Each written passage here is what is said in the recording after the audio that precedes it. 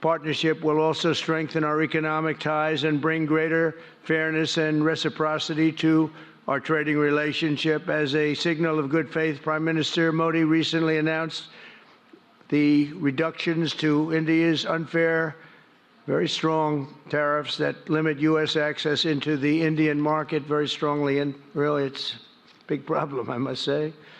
India imposes a 30 to 40 to 60 and even 70% tariff on so many of the goods, and in some cases far more than that. And as an example, a 70% tariff on U.S. cars going into India, which makes it pretty much impossible to sell those cars. Today, the U.S.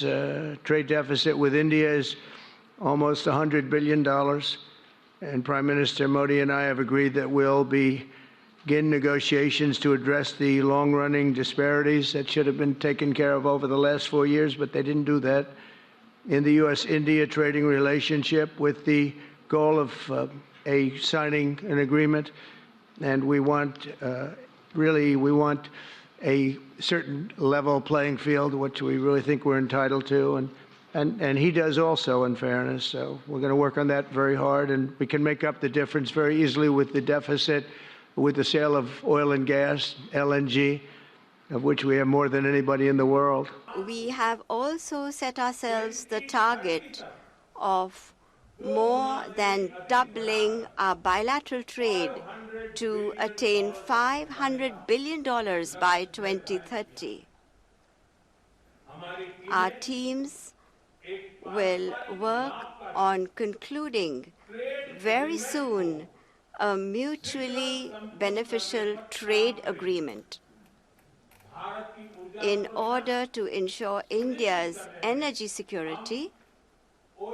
We will focus on trade in oil and gas. Today, the Prime Minister and I are announcing a framework to strengthen those ties even further economically, and the U.S.-India Compact for the 21st century is a historic initiative that will deepen every aspect of our partnership and our friendship. Starting this year, we'll be increasing military sales to India by many billions of dollars. We're also paving the way to ultimately provide India with the F-35 stealth fighters. Prime Minister Modi and I have agreed that we'll begin negotiations to address the long-running disparities that should have been taken care of over the last 4 years, but they didn't do that, in the U.S.-India trading relationship, with the goal of signing an agreement. And we want, we want a certain level playing field, which we really think we're entitled to, and he does also. The Prime Minister and I reaffirmed that strong cooperation among the United States, India, Australia, and Japan, and it's crucial, really, to maintaining peace and prosperity, tranquility, even in the Indo-Pacific.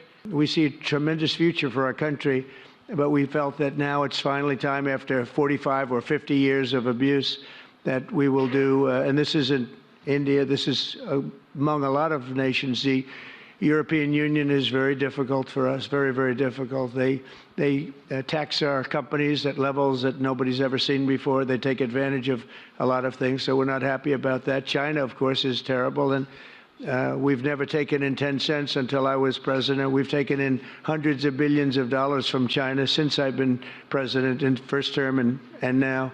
And we have to do that just as a mechanism of fairness. And that's what I've done. And so we are being reciprocal with India. Whatever India charges, we charge them. So frankly, it no longer matters to us that much what they charge, because whatever they charge. I had discussions with India in the first term about the fact that their tariffs were very high, and I was unable to get a concession. So we're just going to do it the easy way, and we're just going to say whatever you charge, we charge. And I think that's fair for the people of the United States, and I think it's actually fair for India.